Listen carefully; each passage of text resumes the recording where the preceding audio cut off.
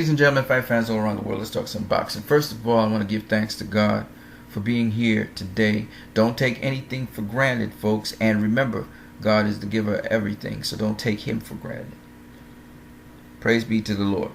Now, I want to get into some matchups here that are going to happen this year. Let's start off with Manny Pacquiao versus Jeff Horn. Well, I don't want to pay too much attention to this, but suffice it to say, nobody knows who Jeff Horn is. He hasn't accomplished anything. It doesn't seem like Pacquiao should be facing this guy. Seeing Pacquiao's at the elite level and Jeff Horn is not. This is just facts. Now, everybody came down on Mayweather when he fought Andre Berto. Of course, it was his last fight. He fought Andre Berto, but Andre Berto has proven himself to be elite because he was two-time world champion. And on top of that, he just knocked out Josecito Lopez, and he also had some knockout wins against some other opponents, okay? And after he was beaten by Mayweather, he avenged his loss against Victor Ortiz. So, everybody knows who Andre Berto is, and he's a good matchup for any welterweight in the welterweight division, just what it is. Who's Jeff Horn? What has he done? Well, Jeff Horn is this Aussie dude, came out of nowhere, that Bob Arum started mentioning, and this dude, his greatest win is against Randall Bailey, really old Randall Bailey. In fact, Randall Bailey knocked down Jeff Horn early in the fight, and just Randall Bailey basically just old age ran out of steam, and so he quit in the 8th round of the fight.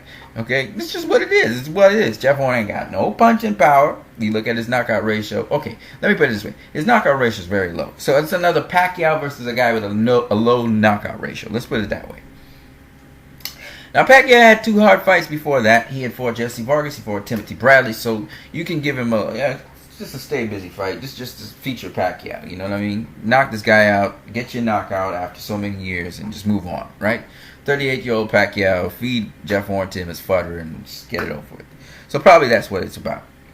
He's also 38 years of age, so you got to give him his props.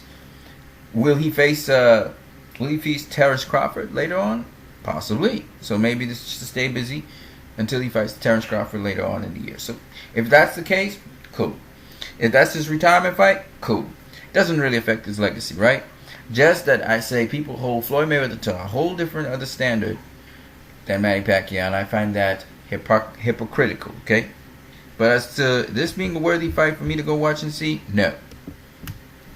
Adrian Broner versus Adrian Granados, on the other hand, is a worthy fight for me to see. Adrian Granados beating the undefeated Amir Imam, and that was really, really good. But I want to spend my time, so look out for this. It's a sleeper fight. It's really good, and it's not pay-per-view, which is awesome. But I want to really talk about Keith Thurman versus Danny Garcia. That's the fight I really want to talk about. And it's starting to get, the hype train is starting to get going, man. Angel Garcia is chirping like a birdie, baby. He's chirping away, and Keith Thurman... Keith Thurman's cool as a cucumber, man. Now, who do I pick to win this fight? Keith Thurman. And my reasoning is very simple, really. Danny Garcia did not knock out Robert Guerrero, right? He did not knock out Lamont Peterson. What happened was actually the reverse of that. Lamont Peterson started to beat the brakes off of Danny Garcia in the latter rounds, and Danny Garcia was on his back foot trying to box Robert Guerrero because Robert Guerrero was coming at him. Now, if you do remember, Robert Guerrero also faced Keith Thurman. People said Robert Guerrero was a done dude, and then he came in, he fought Danny Garcia, and he was the guy dealing out the punishment. In fact, some people thought Robert Guerrero won that fight. Keith Thurman versus Danny Garcia.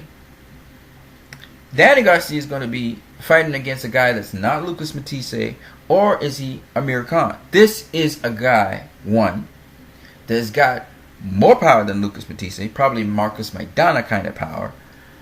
And this dude also knows how to box. He tells you his strategy. He can fight on the front foot or on the back foot. He's more skilled than Robert Guerrero is, and he's got more power than Robert Guerrero has. I want you guys to understand what I'm saying. And he's a bona fide, unlike Robert Guerrero, true welterweight. Danny Garcia has entered the welterweight division recently. This is going to be, I think, his 2nd or 3rd welterweight fight. And I'm just saying, he's dealing with a real dude, okay? Keith Thurman also understands you have to win 7 out of the 12 rounds. So, at the end of the day, Keith Thurman will do whatever is necessary for him to win, and Danny Garcia will do whatever is necessary for him to win. But I want you guys to bear this in mind. Keith Thurman is as smart as Danny Garcia, or smarter. And while people say that Danny Garcia has more seasoning and he's defied the odds time and time again, in this case, he's dealing with a guy that's smart. It's not a guy like Amir Khan who will throw a whole bunch of combinations in front of you and get tagged. Okay? He's not dealing with a slow guy like Lucas Matisse, who, by the way, got knocked out by Victor Postol, right? Who was a boxer. So he's not going to just outbox Keith Thurman, and he's not going to be able to just land that big, powerful left hook or straight right or right hook that he wants to land on Keith Thurman. Okay? He's going to have to look into his bag of goodies and pull out something else. Okay? And Keith Thurman, on the other hand, just needs to be Keith Thurman. That's all. Keith Thurman just needs to be Keith Thurman. So, at the end of the day, this matchup, for me, the logic goes to Keith Thurman. Keith Thurman's going to win this fight. Okay? It's possible Keith Thurman may stop Danny Garcia late in this fight as well. And that's my prediction. I'm not even going to change it, but that's my prediction for this fight. I don't think it's a mismatch fight in any way, shape, or form. I don't think it's an easy fight in any way, shape, or form. But I can tell you this.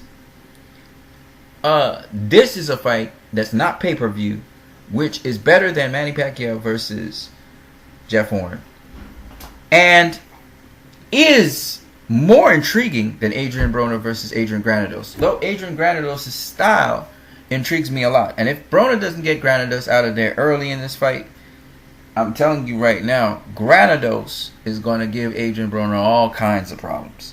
And I'm looking forward to that as well. And if he doesn't, then kudos to Adrian Broner. I expect Danny Garcia, tough Philly fighter with a pretty decent defense, because he has a certain kind of defense that covers different angles, to also give Keith Thurman some problems. I think Keith Thurman's style gives Danny Garcia some problems. People think that Danny Garcia is going to be able to time Keith Thurman and catch him. And I believe that Keith Thurman's not going to be around long enough for Danny Garcia to be able to do that. I think, my opinion is, Keith Thurman is actually the one with the upper hand in this fight. Mostly because he has good... He's mobile with his feet. He's mobile with his hands. He's quick. He's explosive. And he's got power. And he can box a bit. And Danny Garcia can box a bit as well. But I think Keith Thurman actually can box a little better than Danny Garcia. I also think Keith Thurman's defense is actually tight. You don't really hit Keith Thurman that flush that often. So it's going to be very interesting to see. But Keith Thurman will get touched up. And Danny Garcia will show his power. I think it orders well for a very exciting fight, as long as it lasts. If it goes the distance, great. I think Keith Thurman is still going to win the decision at the end of the day, but it's a really good fight to see. This is one I really want to see. I understand Angel Garcia having to chirp a little louder, because this is a serious challenge that Danny Garcia is facing. Keith Thurman's not a joke, okay? He's not a joke. He is the future of the welterweight division, as well as Kell Brook, Errol Spence, and Sean Porter. Okay, Timothy Bradley's still hanging there in the wings. Maybe Terrence Crawford will come up there as well. But these guys are the bad boys of the division. And I know little Danny Garcia, I call him little Danny Garcia. No disrespect to Danny, but this is one time where, you know, as much as Danny Garcia, Danny Garcia I think faced Paulie Malignaggi as well, didn't he? Right. This is one time where Danny Garcia, he in with the big boys now. Okay? He really a junior welterweight. You know, that stepped up into welterweight. These guys are bona fide welterweights. Okay? Sean Porter. That's problems for Danny Garcia. You know what I'm saying? Kell Brook's problems for Danny Garcia. Keith Thurman's big problems for Danny Garcia. He'll realize this. He talking the talk right now. His dad's chirping too. But it don't mean nothing. Okay? These are not little guys. These are big boys. Okay? He gonna realize that soon enough.